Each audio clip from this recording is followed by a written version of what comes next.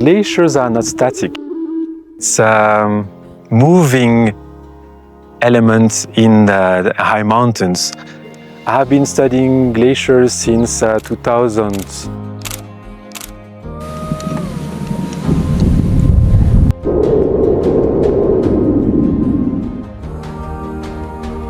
What happens at high altitude or in polar regions does not affect only mountain communities, it affects also downstream communities. As temperature is increasing, the volume of these glaciers is shrinking, and therefore there is more and more water in the rivers. This will lead us to what is called the peak water. But from that moment, all that water volume will only continue to decline. Why? Because the glaciers will have become so small that they can only provide a limited amount of water.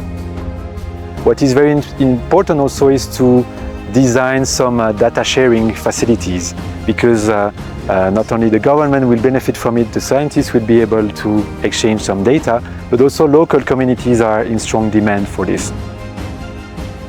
We cannot control nature. We first should respect it and study it, and also evolve with it.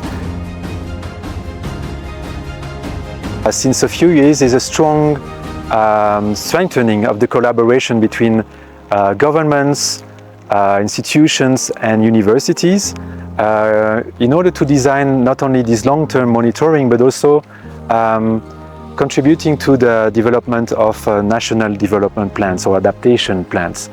The whole world is looking at what is happening in Tian Shan, in Kyrgyzstan, in Pamir, in Tajikistan, because we realize now that what is happening in high mountains affect everyone, not only in Central Asia, but ultimately all over the world.